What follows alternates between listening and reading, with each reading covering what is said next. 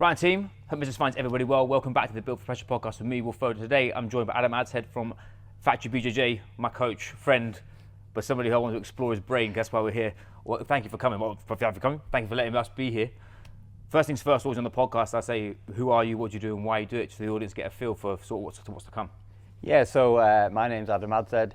I've been training in Brazilian Jiu-Jitsu now for 22 years, and basically to avoid getting a proper job, I have built a Brazilian Jiu-Jitsu academy, gym, however you want to look at it, and it's been kind of a really kind of interesting journey as an athlete, as a business owner, and yeah, it's going to be nice to kind of have a chat, and I'm really interested in seeing how we can kind of get some knowledge and information out there for people who maybe are in a similar position, or people who are training jiu-jitsu, or maybe thinking even about trying to try jiu-jitsu, because it's such a hot topic right now, and a lot more people are getting into it more than ever, really. So. Yeah, 100%.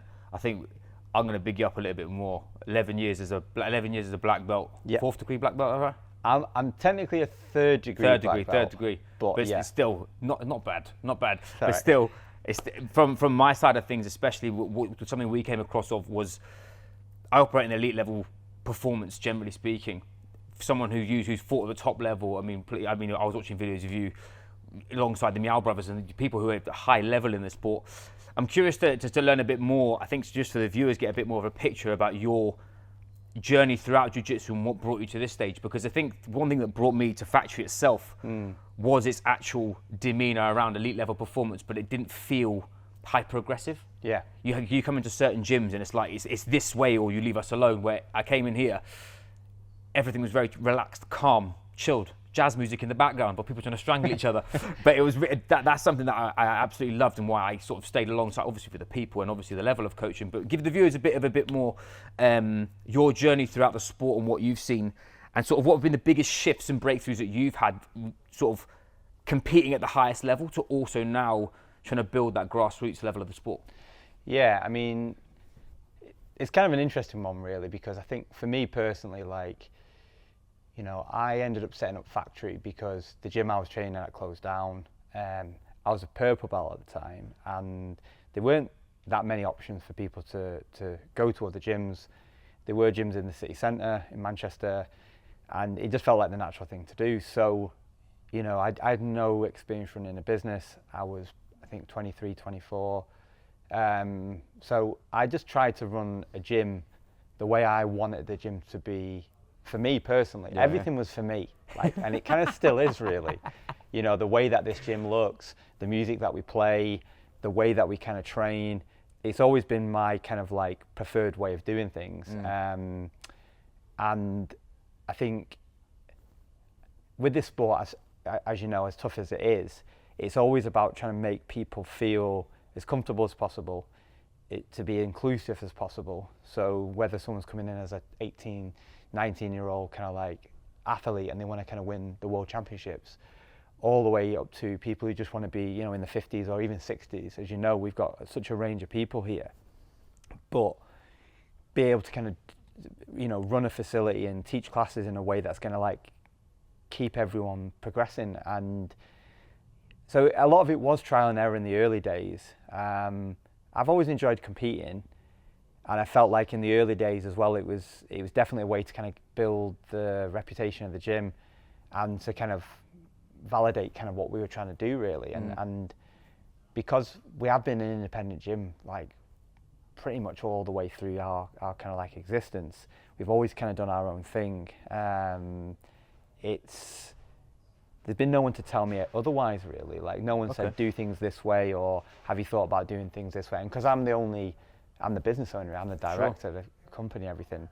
It's not like I felt like I needed to answer to anybody or do things differently. And I've always felt like it's kind of served us well, really. There's a lot of validation within that as we kind of grew as a business, because people were doing well in competition. People were kind of progressing, through the belts. People were enjoying being here. People were telling people, word of mouth was getting us more and more customers. And so, it's always been a very organic approach, regardless of what we've done, whether that's from me developing as a coach, me developing as an athlete, me developing as a business owner. And like I said, there's been a lot of trial and error and stuff, but it's felt right. It's felt natural in terms of the way that we've progressed. And that's kind of how it is, how it was then, and how it is now, and how it always will be, really. I don't feel like it needs to be any different than that.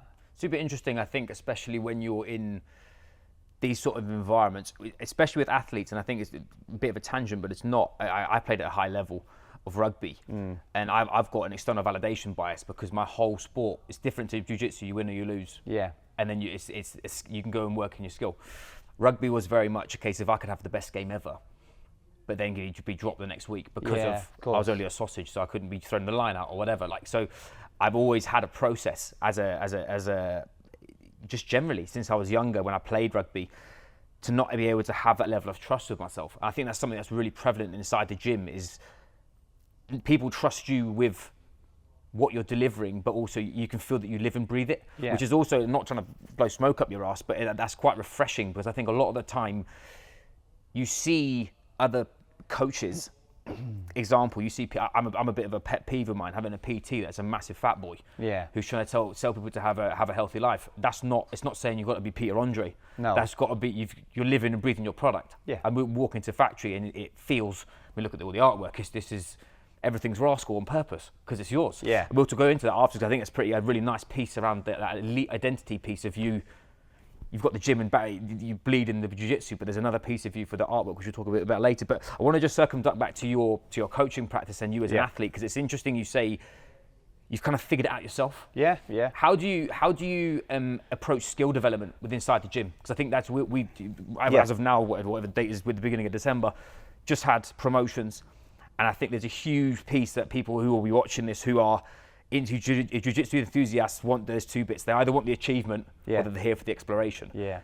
What I found in here that I've actually learned a lot more about, which I've had, this probably me growing up as well, is I've really just enjoyed the journey bit of it. And it's not that you don't want more, but I know some people want to know what's the secret code to what's your take on sort of skill development and that kind of stuff. Because again, if you read Adam's Instagram, really nice way of doing it, but us dyslexic folk can't read very well, so it's easy on here. Yeah, I mean, I think, and I said this at the promotions we've just done now, our end of year promotions, it's a lot of people, they are kind of looking for the secret sauce, they are kind of looking for shortcuts with everything.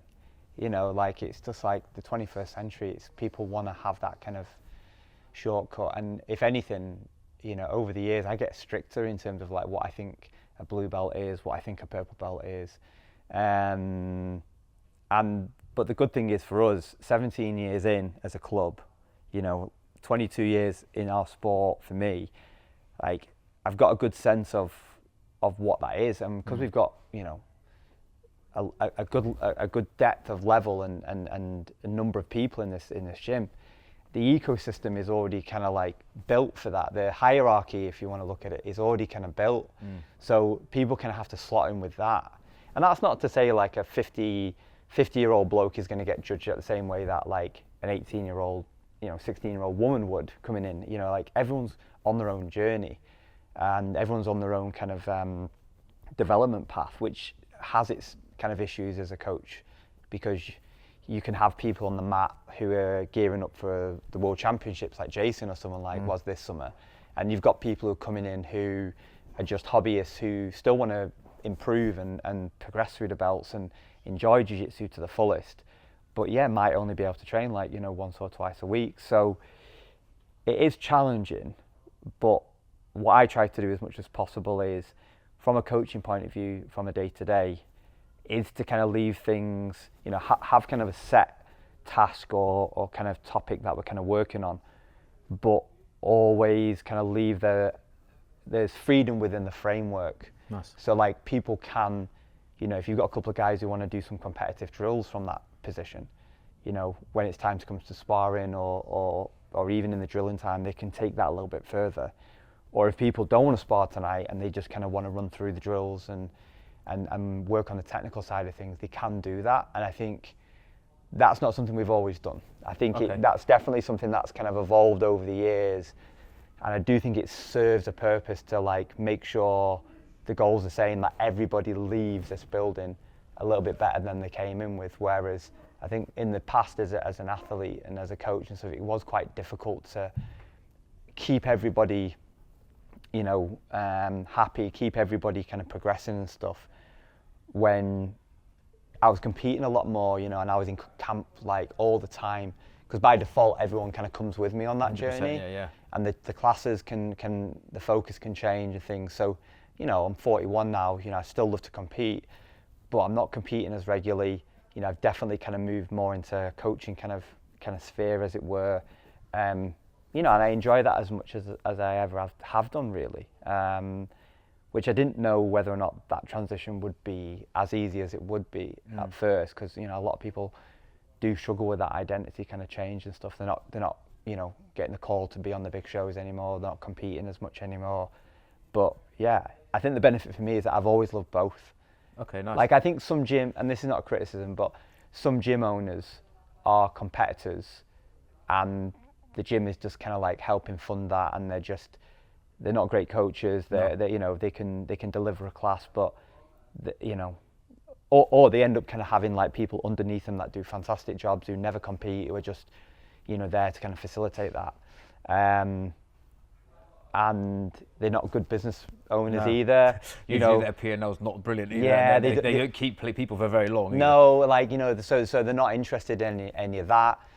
Whereas, again, not to blow my own trumpet and stuff, but I have equally over the years enjoyed being a business owner, being a coach, and also being an athlete. So the fact that now like I'm not competing as much anymore, and I'm focusing more on being a coach and being a business owner and stuff, that shift was never really that difficult for me, because whereas I think sometimes it can be a bit more difficult if you're being forced to do things that actually you're not maybe naturally gifted to do, or you actually just don't enjoy. People don't enjoy doing business stuff. People don't enjoy,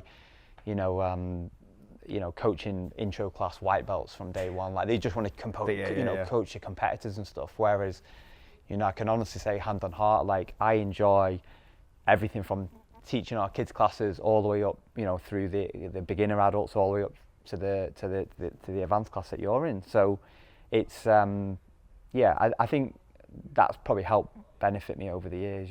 That's huge. I think when you're playing it, especially again from you've competed at the top level whilst growing your business at the same time. Not many athletes have that luxury. I put myself in my shoes. My life was rugby. Full stop. Nothing else. You asked me who I was, rugby player. When I finished rugby, lost. And I think jiu-jitsu for me, that's what actually it really helped me in two ways. One, it gave me direction because it was a new challenge.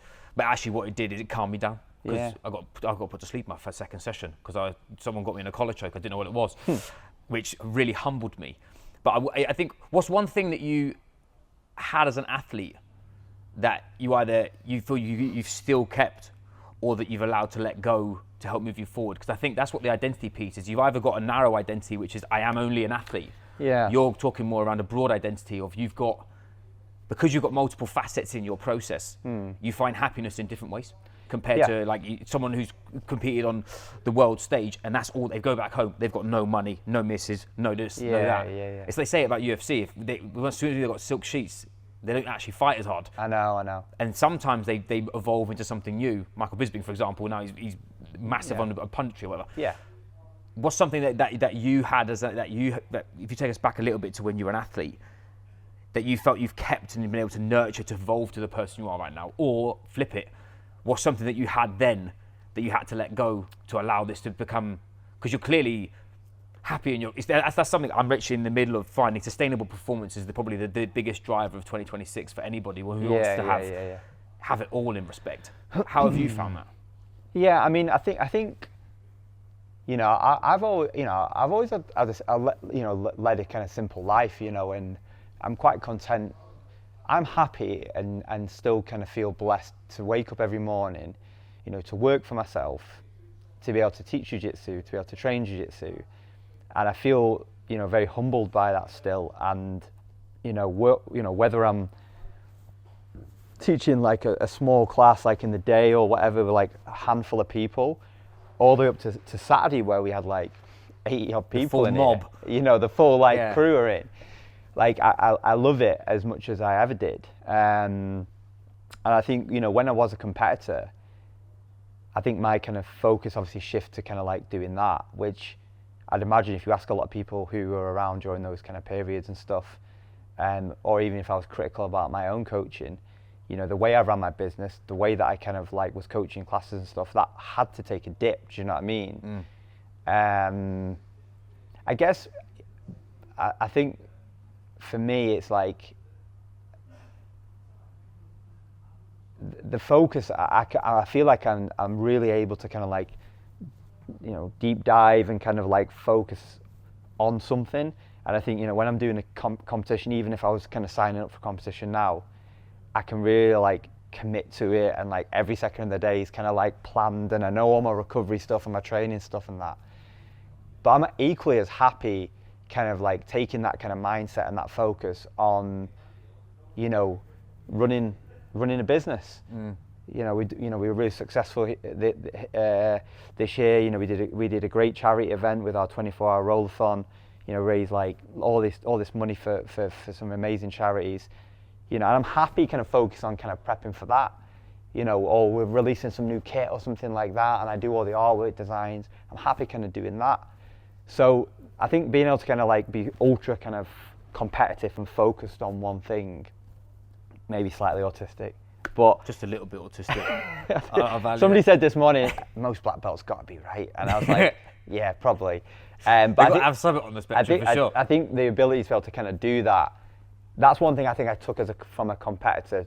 Like, rather than kind of just going, right, I've got no focus now, I'm going to get, you know, depressed, or I'm going to be like sad, and I'm going to be like, have no identity and stuff. I was able to kind of shift that focus. I'm not going to say it was easy to do that, but I do think going, okay, well, that was that direction. Now we're going in this direction. I'm as happy doing that. And then I think one thing that has changed is it just got more balance now in life. Do you know what I mean? And obviously Claire has been a big... Hey, the boss, the real boss in the corner, we know, don't we? It has been a kind of like a big kind of, you know, instigator of that change. And I think obviously as an older athlete now, which is hard to say. Still look 25, doesn't you? Especially on camera. I don't, boss, but yeah.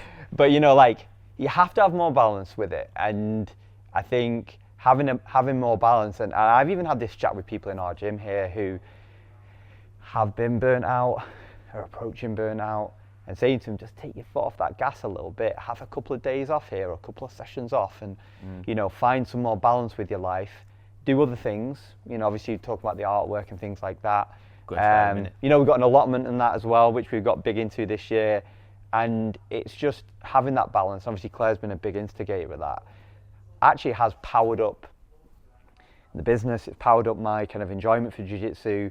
You know, I can still do a competition out of a drop of a hat, and that's been a really positive change as well. So, you know, keeping that focus from before, but also being more balanced, actually is, you know, a better version of myself, which is actually better in all areas as a nice. person, you know, as a partner, as a business owner, as a coach, as a practitioner, and that took a long time to get to. It's massive, especially with the demographic I personally work with. Very people who are driven across the wired for war. They want to win everything. Yeah, exactly. The issue with it, like you said, is extremely detrimental. You mentioned about burnout, and again, for me, jiu-jitsu for me is a pressure valve. Yeah. Because I'm cooking on gas at home and I'm thinking about all this stuff in the future, but when you've got someone trying to pull your head off, or do OK guard or whatever, you have to actually think what you're doing. Yeah.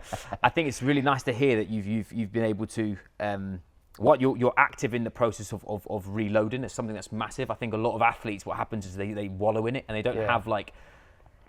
There's a big thing I'm doing at the moment, which is around want versus need. If I need to do something, I'm measuring it. It's not mine. It's Dan Sullivan's work for School of the Gap. And again, you're measuring against an ideal. Yeah. You go to Worlds and you lose. Your first thing in your head is that my World's ended. Where actually, instead of you thinking, hang on a minute, I've just got to World Championships and gone to X. Yeah. Same thing for you is when the sport is pushing back age, injury, whatever. Having the opportunity to go, do you know what, actually, do you know what I'm going to do? Instead of having a vice grip on it and squeezing it as hard as I can, actually, for you to recover to perform better means taking a step away Yeah. and doing something different. Give everybody a bit of an oversight, because I know we've mentioned art a few times and everyone's talking about like we've got Picasso in the room, but it's I think it's something that's really, really prevalent. I've told so many people that are, especially when I've worked with elite level sports people, I asked them what their hobby is. Or I asked a question, I said, if you didn't have a goal, who would you be? Yeah. And everyone looks at you like, what the fuck does that mean? Yeah, But yeah. actually, a hobby for you creates white space. It creates that recovery state. It gives you more capacity for more creativity, and also then you have creativity on the mat, more energy, motivation, all that cool stuff. Give us a bit of an oversight about the sort of the secret business is not so secret. How did that come about? I mean, the thing is, it's like, the first thing is, cause Chris Houter, who's my kind of coach in America, he's like one of the Dirty Dozen, so one of the first like 12 like Brazilian black belts and stuff, so real OG in our sport. I was at a seminar of his once, and somebody said about him being a martial artist, and he's like, no, he's a proper brash Californian, like, no, I'm not a martial artist, like, I'm just an artist. And I can't remember anything else from that seminar, but I remember that. Right, That's and so it really good. stuck with me, right? And I was like, oh, that's so cool, like, because I kind of always felt that way, like, like I'd go to like family parties or like people introduce. We had somebody even at the allotment move in next door to us, and they were like, oh, I know you, and it was like this woman, she's like in her 50s and stuff, and I was like, oh, do you? And she went, are you a fighter? And I was like, kind of. Like, I've never really like identified as that. Okay. But she'd actually, Matt, who's my PT, who just got his blue belt here, Oh, nice. he used to do PT with her, and I think she'd seen like me and him in a picture or something, and she's like, oh, I recognize you, a fighter. And I've always identified more as like an artist, and like, I'm not saying like I've always been into art or anything, but I think one thing I have been interested in is the design work. So like almost everything we've ever done, like t-shirt wise, like branding wise and things like that, I've had a handle on. And I think for me personally over the years, like I've just got more and more interested in doing that. I think as technology's kind of improved, I can literally sit on my phone, and Claire kind of obviously shouts at me sometimes for doing this, but we can be like watching the film or TV. You're not listening whatsoever. And I can be like, designing images and stuff on my phone on Canva, which is a free app. People can kind of, like mess around with images and compositions and colors and all this kind of stuff. And now with AI and stuff, like I don't really need to be able to, draw or anything. And yeah, I think over the years, especially during lockdown when, the gym was closed and it put a bit of the brakes on everybody, and people were looking at other things to do. Some people were, making their own sourdough bread, and some people were doing, 5Ks and knitting or whatever they were doing. I was doing kettlebells in a room in Singapore, not allowed to get out. It was horrific. Growing a horrible beard that was patchy, and I was bald. It was not a good vibe for like me. a Bronson vibe. I literally looked like an Amish sailor. It was terrible, mate. It was so bad. But yeah, I think so for me it was kind of like, I got into kind of doing more stuff like that. Not for any other reason, but just I enjoyed it, and I've always enjoyed process, Nice. like, and I think it's quite funny because somebody said to me, it was John Will, who again, another one of these like OG kind of like Dirty Dozen, like, he's a coral belt now, John, so like super like. Who's the fella here he was not long Australia, yeah. The guy was here the other day, but in the summer. Yeah, in the summer was it. And he came in once and to a seminar here, and he was like, oh, I love your artwork and stuff. He said, I could never do anything like that. I can only draw a stick man. And I said, I could teach you how to do it. No. I said, it's process. For someone who is like able to like break down jiu-jitsu moves and things, I've always been quite fascinated about like people who can like transfer that. And I think at the elite level, like especially as I've been I've been a black belt 11 years now, and I'll be saying it to our new black belts, and it's more than arm bars and chokes and stuff. And I think one thing, and this was something that John Will kind of taught me, was you've got to be able to kind of learn take the lessons you learn from jiu-jitsu and apply them to your life. Yeah. Leverage, dealing with pressure, all these kind of different things. And I found it really fascinating when you'd see these black belts during lockdown and stuff. Like a friend of mine, he got really good at skateboarding, like from zero. Yeah. Another guy I knew like started playing the piano, I mean, with jiu-jitsu fingers, I don't know. Oh, but, back to front, upside down. But he did. Yeah, fair. And you know, you'd see these people kind of doing different things because they could, and you know, it's that art of learning. You know, I think once you get to learning something as complicated as jiu-jitsu, I think you're kind of missing a trick if you don't try and apply that to something else. I like that. Yeah. You know, so I've kind of done that with the artwork, and you know, I've done so much of it, and like, you know, I do have an Instagram and stuff now, but like, we had to like put it on the walls and things like that because we just like ran out of space to store it. Sure. And you know, I've started kind of, you know, doing some prints and things like that, mostly because people are interested in doing it, in buying somewhere, which is great. But it was just, yeah, it kind of, I think everything, like, one thing I've kind of realized is like, you know, meditation and mindfulness, like, they're the kind of two buzzwords over the last kind of 5 or 10 years in most kind of, in the fitness industry. Mm-hmm. And I think for me, realizing that meditation doesn't have to be sat cross-legged, kind of like humming, do you know what I mean, or whatever it is. Yeah. And mindfulness, like, you know, you can find both of those, like, in different ways. And I find like creating the artwork is, you know, ticks both of those boxes when I'm not at jiu-jitsu, or nice. You know, now that I'm trying to like manage my schedule during the week, so I'm not burning out and I'm not breaking down. You know, so like I said before, like, you know, we've got an allotment now. I love doing that. You know, I got more into cooking and things, and you realize actually, yeah, the more things you can do that can tap into like being more mindful and being kind of meditative and stuff. Present, yeah. Being present with the moment, especially massive, with everything that's going on. And the amount of volume of information we're getting. Yeah. Across every platform, all day, every day, and it's also a social thing as well. It's keeping up with the Joneses. Yeah. And I think like you what you've said there is massive for.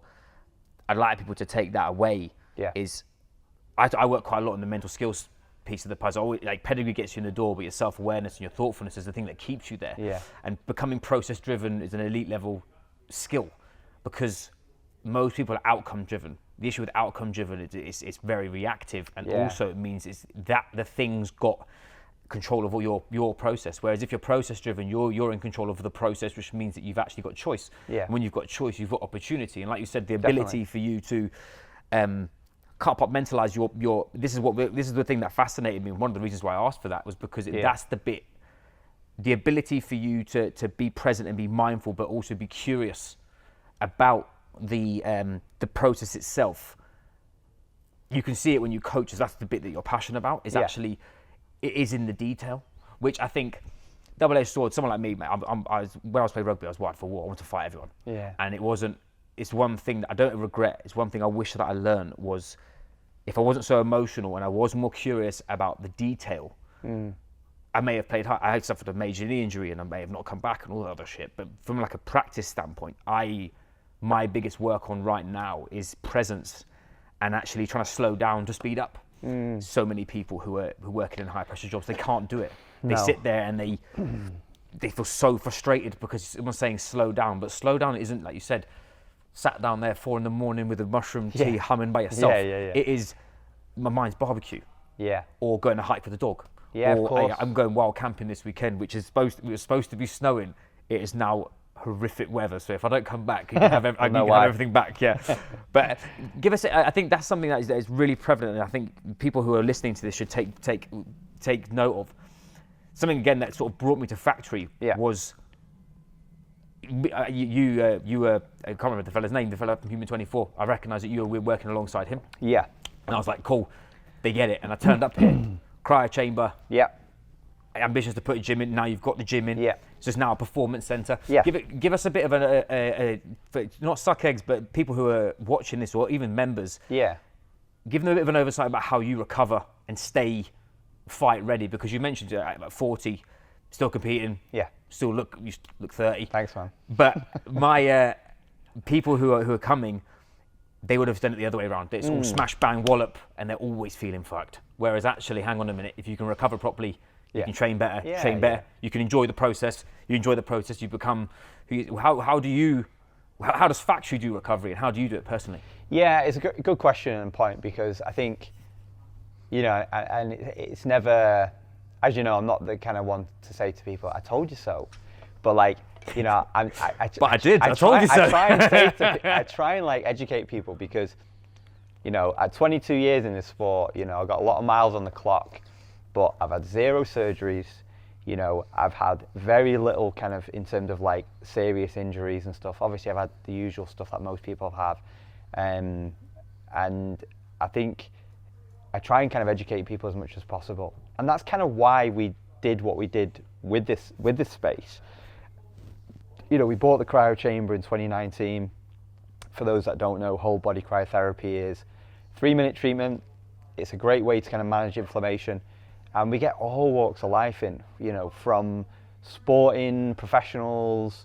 Game changer when I did my knee. Like, absolutely. The regenerative effects of that are so much more, how do you say, concentrated. Then the thing is that you said you had 2019 ice baths weren't really a thing. No, I know. 2019 it was that everyone looked to you like you were a psychopath if you got an ice tub. Now, if you don't put it on Instagram that you're getting an ice tub, you're a loser. Yeah, I know. Where actually cryotherapy, like you said, that's like super high level recovery techniques that is now accessible. Yeah. Because that is elite level sport. I mean, in the Welsh rugby setup in the Celtic manner, they've got a room the size of this, which is basically it's mental how big. But the point being, they're like alien athletes. Where now Joe Bloggs, who's got a job, 3 kids and whatever, could go and get a 3-minute treatment and then have that regenerative process, right?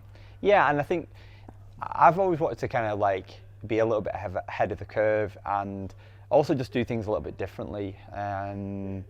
So as far as we could find out, I think we couldn't find another BJJ gym that had a cryo chamber in it. I'm sure there are others now, and obviously like the UFC Performance Institute, they've got stuff there, but like we couldn't find anywhere, especially in the UK, but maybe even like around the world. In 2019, a BJJ academy with their own cryo chamber, it was a good selling point for us.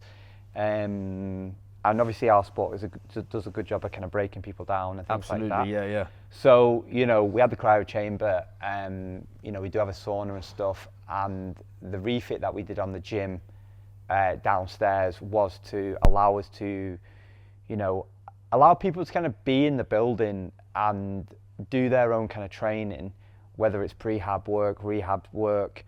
You know, we do have a PT kind of working downstairs with us, and yeah, it's just, you know, everything under one roof in a way. Do you know what I mean? Like people's time is just getting more and more kind of like limited.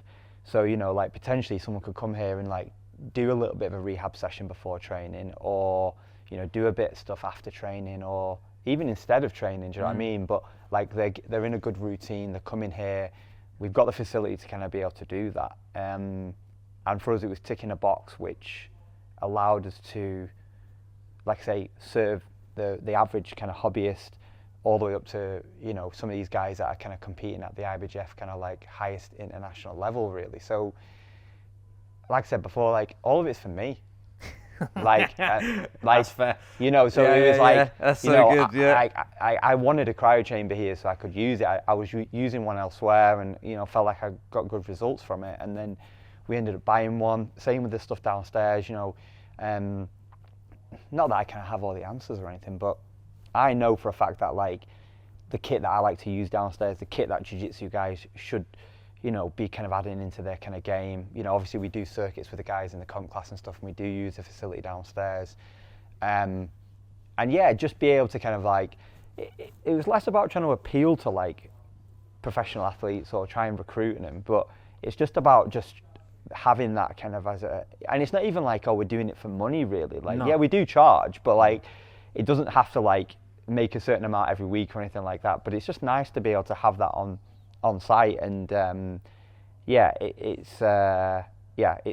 it's definitely, if our guys are watching this, because most of our BJJ guys, as you know, tape it up, go again, you know, like spending a bit of time, you know, doing the cryotherapy or doing some rehab stuff, or seeing Simon, who's our kind of sports therapist, or doing work with Steve, who's doing all the PT stuff downstairs now. It's all beneficial, you know, and I think, you know, I'm 41 now, but like even at 19, 20, 21 when I was training, for some reason, no idea why, but I always had a good vision of like the wider picture, the long game. And I think that's, useful for people at times to kind of just take a step back and think, right, well, what is the bigger picture? What's the long game on this? Because ultimately, you know, sometimes people's training approaches and stuff, whether it's balancing it with work, whether it's family, whether it's, you know, trying to do it on 3 hours sleep, like some of this stuff is okay for a week, a month, but over the years that just becomes detrimental and stuff. And if we can, you know, set the standards and also have the facilities to be able to kind of provide for that, it keeps people, you know, on that straight and narrow. As I always say, look, you know, every day, like, everyone's a step closer to black belt or they're a step closer to quitting. And we want to try and facilitate that as much as possible, that every day, even if someone can't be in here training jiu-jitsu for whatever reason, that they could potentially come in and do some other stuff, or do a cryo, or, you know, be able to kind of be in this building around this community and help each other out, because it is more than just jiu-jitsu here. It's about the stuff that we do with the community in here, whether it's charity work, whether it's kind of we're collecting at the moment. We're making these Christmas hampers up for people in the local community that can need a little bit of help at this time of year. So it's much more than that, and yeah, I think that's probably enough of an advert for what we're doing. You know, I think it's important to. I think it's one thing that I want to illustrate, because it's always been something that I bump up against all the time with people that come into my world, is they want elite level outcomes but have a terrible process. Yeah. And they think that it's all smash and bang. Yeah. I've always been S&C. I was never big enough, never strong enough, never fast enough, never fit enough, never insert whatever. And the way that I got away from and was able to play at a higher level and become more athletic was always due to looking after and having my physical standard. I will always be. You'll see that I'll always leave the mat probably 1 or 2 rolls earlier. Yeah. It's actually a rule in my head is I know that I've got 2 more, and I'd love to just smash people, because I really enjoy. This one thing I love about jiu-jitsu is, even though all the technical stuff and but when you're in the middle of it, it's the only thing that's ever replicated from my rugby. Yeah, I lost that, and that was something that I really cherished when I found jiu-jitsu. You were talking earlier about how you stop and you just be present. That's flow state. Yeah. It's the only time I get flow state is when I'm getting my head pulled off, or it used to be when I was getting filled in. But I used to love it. I think what a lot of people do is they don't recognize that the process they do now reaps benefit later on. Yeah. So like I have the 80% rule, saying I know I'm at 80%, because if I'm asked to hit 100%, I've got capacity. Yeah. Whereas if you're running on 100%, no sleep, no food, trying to do 2 gym sessions, 2 rolling sessions, you've literally had a McDonald's for breakfast, and you come in and I pull my back out. Really, have you pulled your back out, or really are you undernourished, under-recovered, under-fueled? Your performance is diminished, you've got terrible tissue quality, so actually you've pulled your back because you haven't looked after yourself as an athlete. Yeah. I think what I like about here is that you've given everybody the ample opportunity to have, listen, apart from it being a community, which it clearly is, like you said, there's so much more dynamics to the jiu-jitsu than it is like people just rock up, jump on the mat and leave. Yeah. Everyone's here, or every time you come, it doesn't matter what time it is, I see everyone, you just see people in here. What if you, again, not just speaking to the members, but we'll pretend that we are speaking to the members. What's something that you think that people that sort of globally or very acutely, do you think they could be doing apart from just focusing on the detail and coming to training? What if you would say, like, guns your head blanket, what would you think people should be doing more of? Because for me, you've already said before about mindfulness. Yeah. People always ask me what the high performance bit is, and I never tell them anything physical, because I say I don't need to add anything into your process, because your process is busy as fuck. Do you know what you need to go do is have 5 minutes to yourself? And they look at me like, wait, you're on drugs. I said, do it for a week, and their whole perception of their whole world is like, actually, I'm not burnt out. Yeah. It's like, funny, that's because you've stopped running. Whereas, like you said, take it a little bit further with all the kit and the new innovations inside the gym. What would be like? How would you sort of approach it from someone who is? We don't need to talk about it. Someone like Jace is very. You don't have to give it. He's in it all the time. He trains all the time. But someone who's pretty new, white belt, maybe a blue belt. What's one thing they could add? Well, that not just in here, but generally that could help sort of improve their game. Yeah, I mean, I think the thing is, and you'll have heard me talking about this in here, like. And I think it's taken a long time to kind of get to this point, really, where I think people need to recognise whether they're at 30%, 60% or 90%. And I think everybody, when they come into the gym, so you'll see people tonight, if they were kind of like true to themselves, themselves and said, you know what, I'm at 30% tonight. But they realise that they can still train and get something out of it. It might be that they just do the technical drilling and they skip the rolling. Or it might be that when they kind of roll with someone, they're just kind of going at 30%, maybe flow rolling a bit with a bit of resistance, trying to like work on the topic that we're working tonight. If they come in at 60%, and again, they're not firing on all cylinders. Look, we're filming this on a Thursday. Some people might have already done 2 or 3 sessions already, and they're kind of like worn out a little bit. But again, they can kind of communicate that, you know, not only to themselves, but like to their training partners and stuff. Again, they can kind of like manage their expectations, you know, be proactive with the training. So they're not just like, I'm a bit tired here, I'm just going to do 1 round and leave. But they're able to kind of manage that. And then likewise, if people coming in and they're like, yes, you know, I've had a great sleep, you know, I feel kind of rested and hydrated, and you know, I've got 3 or 4 my main training partners are here today, and we're all feeling up for it. And they could do some more competitive rounds, or they might do some competition like style drills and things like that during the open mat. And they might do multiple rounds with the same person. Like, everybody can kind of do that. And I think it's, you know, having coming from jiu-jitsu where I'm pretty much self-taught, which is a rare thing really. Yeah, I've had loads of good input and seminars and people kind of massively kind of focusing on my own development, helping me get to where I want to be. But I have been on the whole kind of self-taught, and I think there's a certain element for all of us, regardless of what level you're at. But I think especially kind of blowing up, where you have to be your own boss, you have to be your own kind of like, you know, your own, you know, your own worst critic. You have to be your own kind of like cheerleader at times and stuff.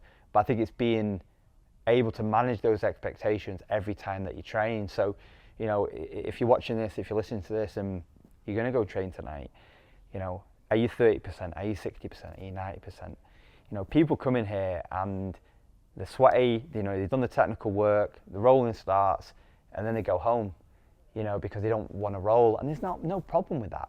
But I'm telling you now, there'll be people in here who'll be like, do you know what, I'll do a bit of drilling with you. Even if they're going to then go on to do some 90% rounds with people. We've got such a good community here, and I know our sport is, you know, there are gyms around the world that echo that, you know, we're nothing special. You know, there's loads of amazing gyms out there where, you know, you could be at 30% and you could say, hey, does anyone want to do a bit of drilling with me? People will help you do that. Likewise, you know, if you're in that kind of 60% or you're at 90%, it's finding the people to kind of do that with, so that the result's exactly the same. Everybody leaves feeling like they've got something out of it, and they've got that little bit kind of closer to kind of where they want to be, which, like I said before, is that kind of step closer to black belt. So, because you can't, you know, if you go to a gym and like, you know, our gym's kind of mid-level, you know, small to mid-level, like you go to a gym and there's like 50, 60, 70 people on the mats. The coaches, it's impossible for the coach to be able to tailor that for everybody.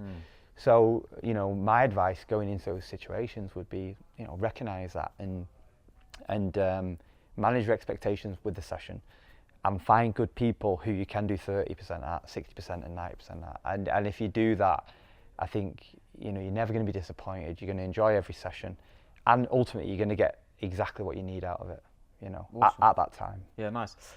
This is, I'm curious. I talk self-awareness and self-management of training skills. You're very aware of yourself, and you're able to manage your expectations in variable different environments. Yeah. Do you have a personal process for that, or is that a natural thing, or do you, like for me, I'm a man with a pen and a notebook. I've got one everywhere because my head is like scrambled egg 90% of the time, and it just similarly just shoots all over the shop. I need somewhere to literally park my shit so I can figure out what it is. Do you have a personal process for that, or do you get off the mat and then reflect on it, or is it a daily thing, or is it more of a case of a feeling? How do you manage yourself? So, you know, I think over the years now, like I've been able to kind of do that without kind of like, you know, going deep into it. Yeah, like dear diary, dear journal. No. And I think having I think I've got a lot better at kind of managing my week as well. So, you know, like for instance, like, you know, Monday night I do comp class. It's the hardest session of the week. You know, Monday's a hard day. Tuesday I take light. Wednesday and Thursday are kind of like moderate to hard. Friday I'm off. Saturday's hard. Sunday's your week, off. yeah. So for me, it's like, because I've got into a good rhythm with that, because it's my job, like I kind of know, like, thankfully my expectations generally fall well within that. Nice. You know, I've had Sunday off, so Monday when it's comp class, I'm Lock great. and load, yeah. I'm ready to go. Whereas I think, you know, I don't envy people who are kind of like shift workers, or they're juggling jobs and kids and family, all this kind of stuff, and they're trying to find that kind of like, right, okay, Thursday night, they weren't even going to train tonight, but suddenly the windows opened up, you know, your missus kind of spin classes been cancelled or whatever, and she's like, go to jiu-jitsu, and you go to jiu-jitsu, and then suddenly they're like, all right, well, you know, what's my expectations? Like, how do I feel about this? Am I knackered? Am I burnt out? So I've been really kind of fortunate over the years, and obviously, you know, that's definitely kind of something as an older athlete now, and I feel like I've got more balance with life. It means that I know, like, tonight is Thursday night, like, you know, I'm gonna do some rolling and stuff like that. Whereas like Monday, heavy start to the week. Tuesday, you know, I always kind of take as a lighter day, but I don't beat myself up about like not rolling and stuff like that. So like the Tuesday night advanced class, I very rarely roll in it. But that's fine for me, because then I know, like, I've got my coaching hat on, and I'm doing the job that people are paying for. Do you know what I mean? Whereas I think sometimes, you know, and this is probably goes out to a little bit more specific to like gym owners and you know, full-time kind of coaches and athletes and stuff like that. It's being able to recognize what state you're in and what job you're doing at that moment. Yeah. Like, you know, like people are paying you for a class, like, should be coaching. Do you know what I mean? Yeah. So I think there's a lot of juggling that goes on, but I do think that like periodizing your training is the one thing that's helped me massively. So I've got a good kind of routine with it. It's funny that, because I coach that with every single business owner I work with. Right. I'll get their diary straight away. Yeah. I'll ask them what intensity their days are. Yeah. Because most people who are wired to achieve across the board think everything's red zone. They think we're smashing it every single day. And they wonder why they're broke. They wonder they've got no energy. They've got no libido. They're sad. They're pissed off. They're angry. Well, actually, you can only perform as high as you can recover.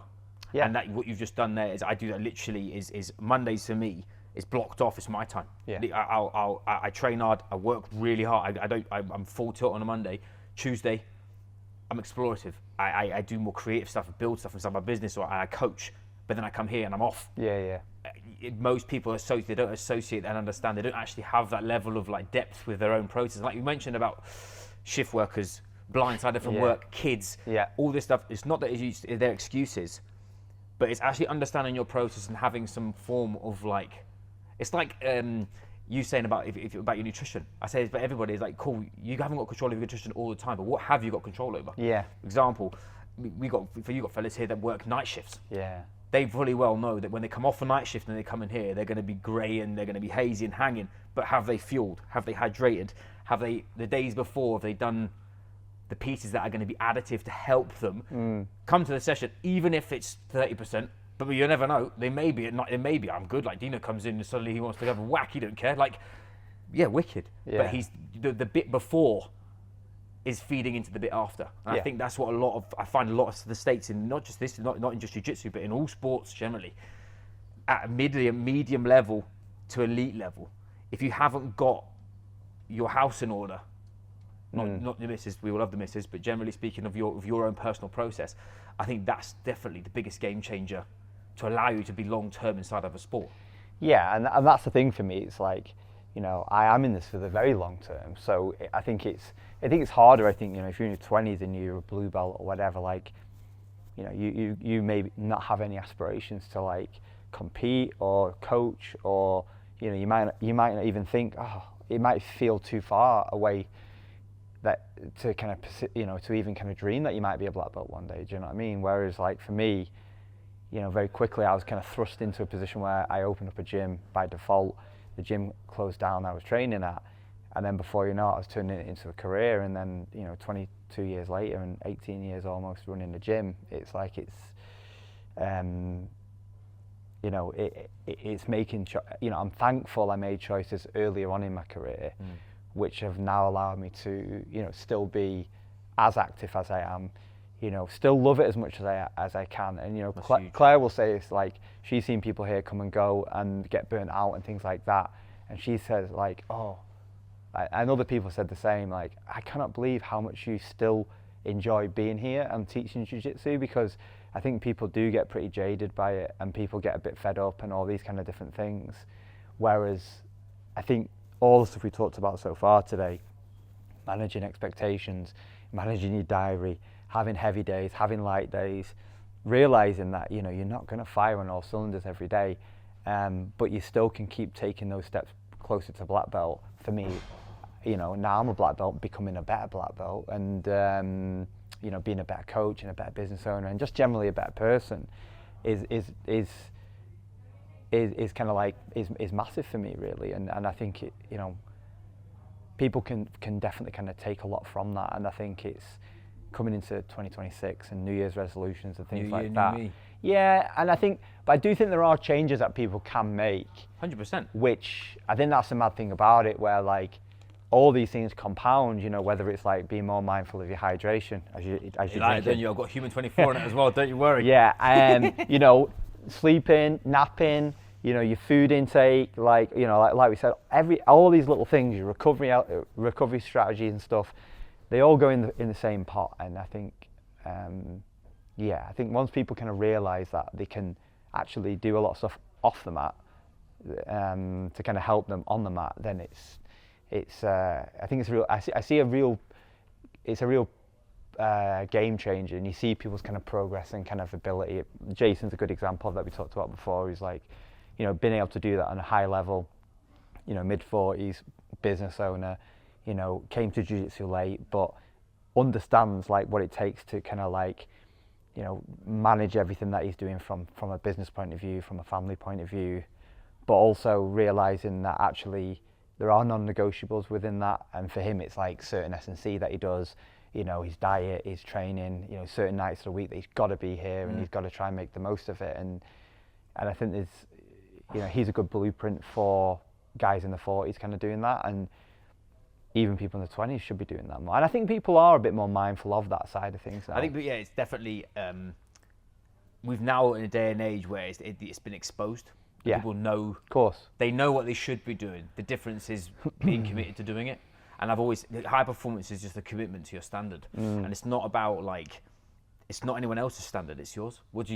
I train 6 days a week, but it's in physical training. I'll minimally do 2 jiu-jitsu with the ambition of doing 3. Yeah. Just from a time perspective and where I live, because I travel to come here.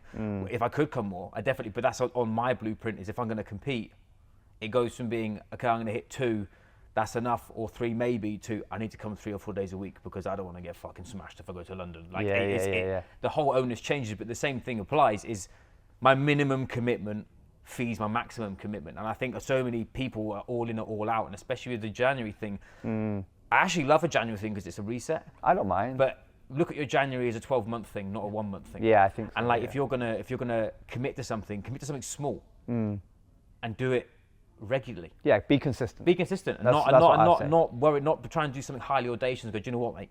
I come 1 day a week. I'm gonna come to jiu-jitsu 5 days a week, 3 S&C sessions. I'm gonna eat chicken and broccoli for 12 weeks, and lo and behold, you're fucked by the end of it, and you've got nothing else left. I think that's massive, mate. I could chew your ear off for another hour and a half. But you've got a class to teach now. Just where I'd love to do a second one another time as well. Where could everyone find you? Obviously, we'll put all the plugs and all the cool bits in underneath your YouTube episode and on the podcast. Where's the best place to contact you if anyone's in the area? So we're in the Stockport area, just south of Manchester. So representing. FactoryBJJ.com is our kind of main website, and Instagram is @FactoryBJJ. If you're interested in some more art stuff, my Instagram is @adam.adzed. We should do another one at some point. That's been really useful and interesting. Man. Thank you very much. Pleasure. Thanks again.